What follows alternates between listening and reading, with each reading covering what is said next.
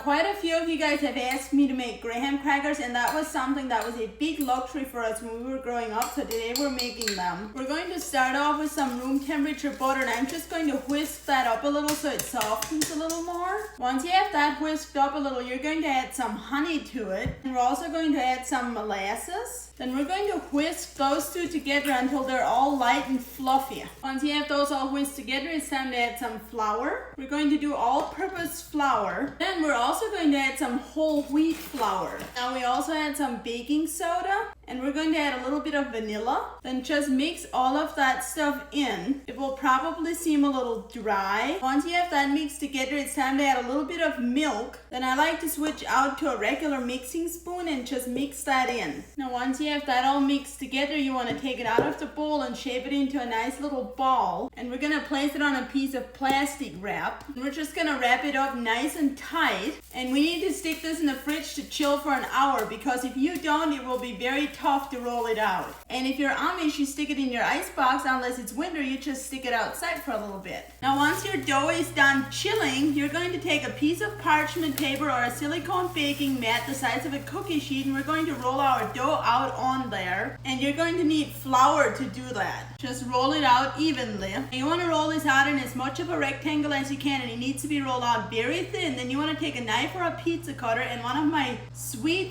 followers sent me this pizza cutter. I love it. It is amazing. Just cut along the edges in a straight line to make a rectangle. And I would recommend taking the scraps and rolling them out on another piece of parchment paper instead of throwing them away. Once you have your rectangle cut out, we're going to take our pizza cutter and cut the size of graham crackers on here. Once you have them all cut, you do not want to separate them, but take a toothpick and poke holes in them. You can also use a fork, but I like to do a toothpick. Now we're just going to slide this parchment paper onto a cookie sheet, and we're going to stick this in the oven to bake it. These should be a little golden brown before they're done baking. You want to take them out of the oven, and they're going to be a little soft yet, but if you let them cool off, they'll get crunchy.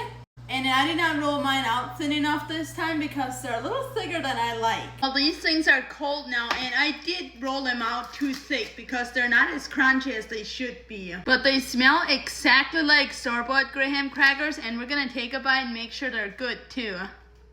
They are delicious. Just make sure you roll them out thinner and bake them a little bit longer so they're more crunchy. These beat the store-bought by a far cry because store-bought have way too many ingredients in my opinion, and then I get gluten flare-ups from them. And these are also really simple to make, so if you guys want to make them, the full recipe that I use is in my Amish cookbook under graham crackers. And you guys know the cookbook is only available on my website, socialsbylavina.com, which is in my profile, or it might even be linked in the caption. These are really good with homemade marshmallows to go make s'mores. Enjoy!